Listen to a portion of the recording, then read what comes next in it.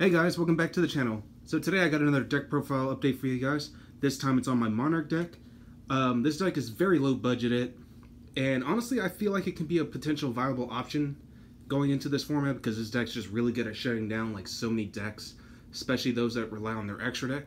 And now that Monarch Stormforth is back at 3, it does help like basically just better your options when it comes to searching out your Monarch spell or traps with Tenacity or Pantheism. So let me just show you what I got this time around, and hopefully you guys will enjoy this. Alright, so starting off, we're going to be playing 3 copies of Erebus. This card is really good because you can send 2 Monarch spells or traps to use the Foolish Burial Goods for 2 spells or traps, and you could just shuffle back 1 card your opponent controls or is in his hand or in the graveyard. And note that this is not target, so basically like a Nightmare Unicorn based card. Next we got Ether, which does the same thing, only instead of bouncing back monsters, she special summons one from your deck as long as it has 2800 attack or below with 1000 defense. Next I've got to be playing 2 copies of Karaz. This basically just helps you draw cards equal to the number of cards that he pops, and you can even have him pop himself too, so really comes in handy, but you kind of want to avoid popping your opponent's cards sometimes because they'll get the draw power. But if you're really willing to risk it, then go for it. Next up, 2 copies of Vanity's Fiend. This is what shuts down so many decks, is that it prevents them from special summoning monsters. And since this deck doesn't really rely on special summoning, just tribute summoning, so Vanity's Fiend really doesn't hurt you. And to deal with like monster effects, then Majesty's Fiend is the one you want to go with next.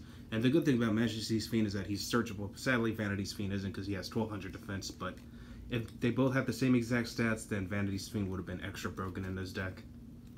Next up, 2 copies of Dogman. I know this was actually brought to my attention last time I did Monarchs, and honestly I didn't realize that he had Monarch stats. I was like, oh cool, he's searchable, and the fact that he's an upstart goblin or free body, it's just really good. So Dogman, definitely a good addition to the deck, and also it's also a good way to power down your monsters if he's the one who's discarded. So yeah, I definitely want to run Dogman, and if you don't like to run him, then it's up to you.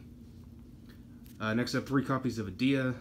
Definitely your best starter. You normal summon this to special summon her husband, Eidos, which I only like to play at 2 because I don't want to see him. I'd rather summon him through the effect of Adia. But with Adia, if it's sent to the graveyard, she recycles any of your banished Monarch spells or traps. Eidos just gives you that additional normal, or rather tribute summon in addition to your normal summon. And if you banish him, you can special summon another copy of Adia, or our next card here, Mithra. And Mithra is a free summon just in general, but you have to give your opponent a token, but you'll most likely tribute that. But Mithra, if she's used for a tribute summon, you can tribute summon again. So, just a good way to help you stack the tribute summon capabilities of this deck. And that's it for the monsters. And then here we are for the spells. So starting off, we're going to be playing 3 copies of Domain.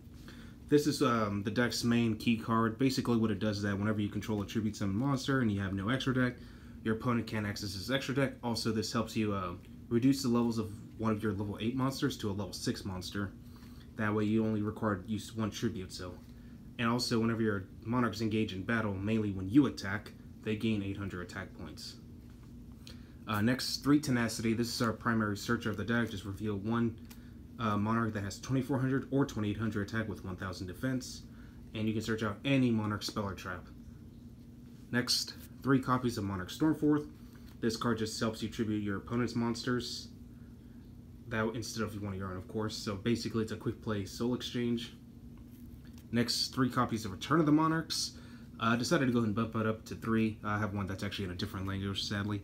But whenever you tribute summon, you can search out Monarch with 2400 or 2800 attack with 1000 defense. So it just helps you like keep your hand going, and also just that way you can just search out all your main monsters.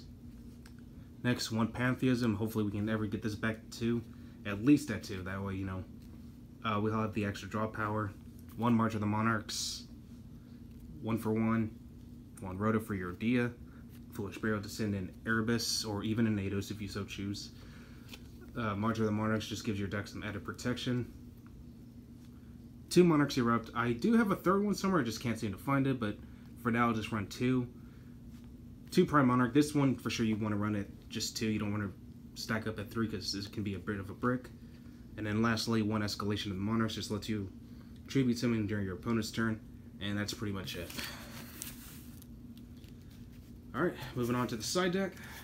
And again, this is one of the reasons why I like this deck sometimes is because it does not require an extra deck, so it's pretty low budget. This deck should only cost you about maybe 20 bucks at most.